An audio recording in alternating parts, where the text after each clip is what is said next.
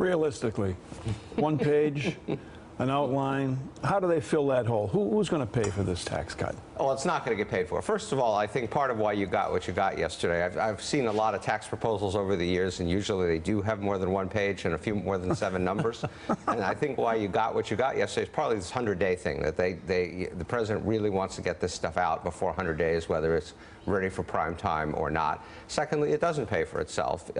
In effect, the Treasury Secretary almost admitted, he didn't admit it, but he's saying, well, maybe we get to 3% growth, but you really need 4.5% growth to pay for this thing, and that just isn't going to happen.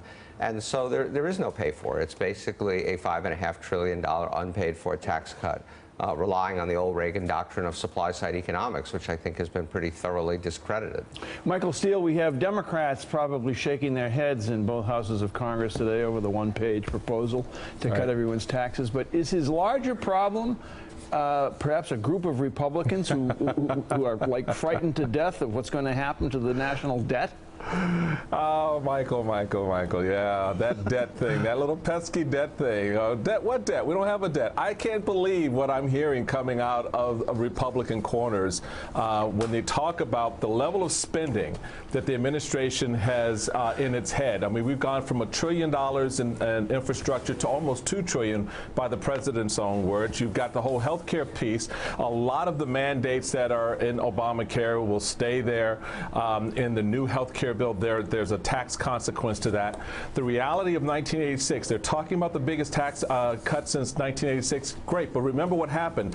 We continue to spend above the level of revenue. The idea that, you know, you make these tax cuts and then the next day you're going to have growth is just ludicrous. It doesn't work like that. The economy doesn't turn on a dime like that. It's going to take time for those tax cuts to settle in to the business and the personal income realities of people, and then have that translate while at the same time you continue to increase spending. So yes, Michael, it's going to have a huge impact on the debt and the deficit, and Republicans are going to be held accountable for that. The same fiscal conservatives that we helped elect in 2010 to stop the conflagration of spending by the federal government are now a party to it, and it's an amazing turn of events. So Mark Halperin in the White House says, yes, sure, this is a brief document, but it's just the framework. It's the beginning of a conversation. It's not a final plan.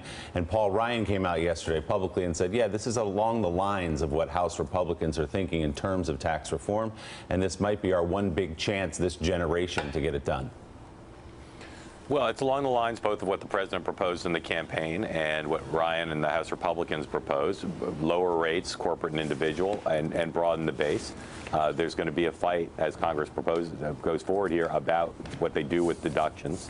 I think they'd be politically smart and probably substantively smart to make it skew less favorably towards the rich and more towards the middle class, and I think there's a possibility that'll happen. You know, there's lots of ways to reduce the deficit. Cutting spending is one of them, but there needs to be faster growth. And Republicans believe that faster growth comes with lower rates, broadening the base. The Wall Street Journal loves what they put out yesterday.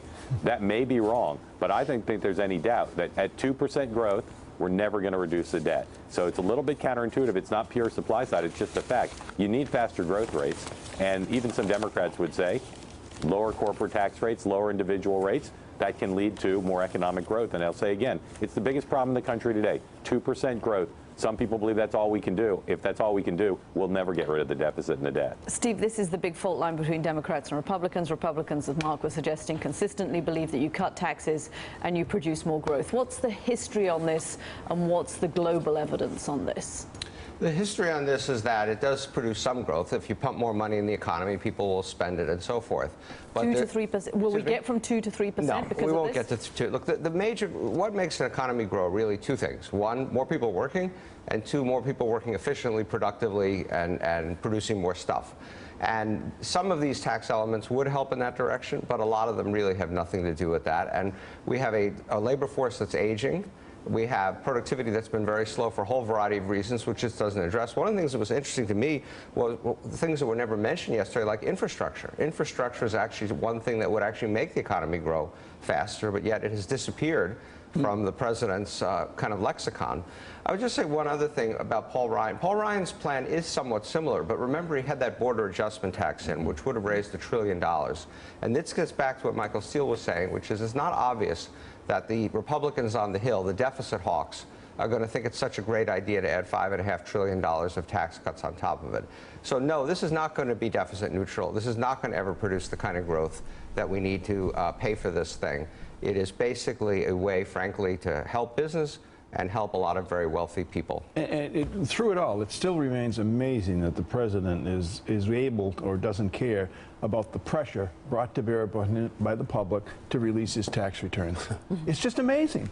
Hey there, I'm Chris Hayes from MSNBC. Thanks for watching MSNBC on YouTube. If you want to keep up to date with the videos we're putting out, you can click subscribe just below me or click over on this list to see lots of other great videos.